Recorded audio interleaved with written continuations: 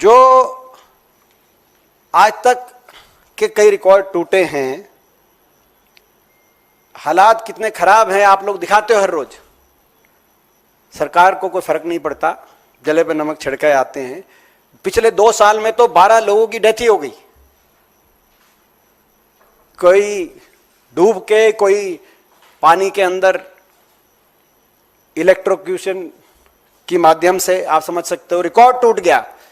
देश और दुनिया का सबसे बड़ा ट्रैफिक जाम, 48 घंटे ट्रैफिक जाम का रिकॉर्ड टूट गया। आज तक इतना ट्रैफिक जाम भी नहीं हुआ।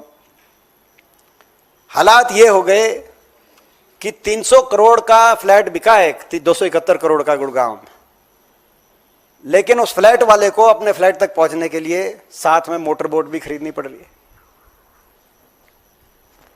ट्रंप टावर के आसपास इतना पानी है कि अमेरिका की सरकार कहीं इस बात से तो नाराज नहीं है, ट्रंप साहब कहीं इस बात से नाराज नहीं हो गए। ये भी सरकार को सोचना चाहिए कि क्या स्थिति है। ये हालात बन गई।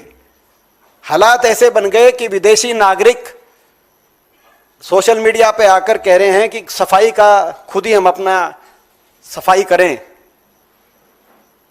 क्योंकि गुरुग्राम कूड़ाग्राम बन गया है, तो सफाई हम खुद करें। ऐसे हालात बन गए। हालात ऐसे हो गए, सरकार ने ऐसा नहीं कुछ नहीं किया, सरकार ने स्कूल बसों को फ्लडेड रोड्स पे जाने से बैन कर दिया कि वे स्कूल बस फ्लडेड रोड्स पे मत लेके जाओ, चालान लगेगा, बैन। स्कूल बस, ये फ्लडेड रोड्स का कोई समाधान नहीं, और स्कूल बस जाए ना, ये समाधान। सरकार ने ऐसा नहीं कुछ नहीं किया। हरियाणा सरकार ने एफिडेविट दे दिया कि अरावली की जरूरत नहीं है, अरावली में भी हम कंस्ट्रक्शन के प्रोजेक्ट्स करेंगे, पता नहीं कैसे कैसे प्रोजेक्ट करेंगे, अरावली को खत्म करेंगे। अरावली को खत्म करने का एफिडेविट दे दिया सुप्रीम कोर्ट में। वो तो हमने है तौबा मचाई, तब जाके अरावली रुकी, नहीं तो ये तो अरावली को भी खत्म करने का इन्होंने काम किया। और हालात ऐसे, संसद में एक और सवाल का जवाब आया, आपने देखा होगा पार्लियामेंट में, लोकसभा में एक जवाब आया कि एयर पोल्यूशन में गुड़गांव देश में नंबर 1। देखो, जब कभी ट्रेडिशनल तौर से कहीं दो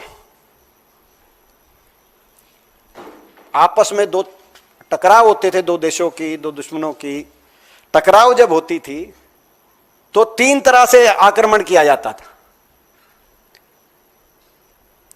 एयर से, लैंड से और सी से, जल, थल और वायु। एयरफोर्स, थल में आर्मी, इन्फेंट्री, और नेवी जल में।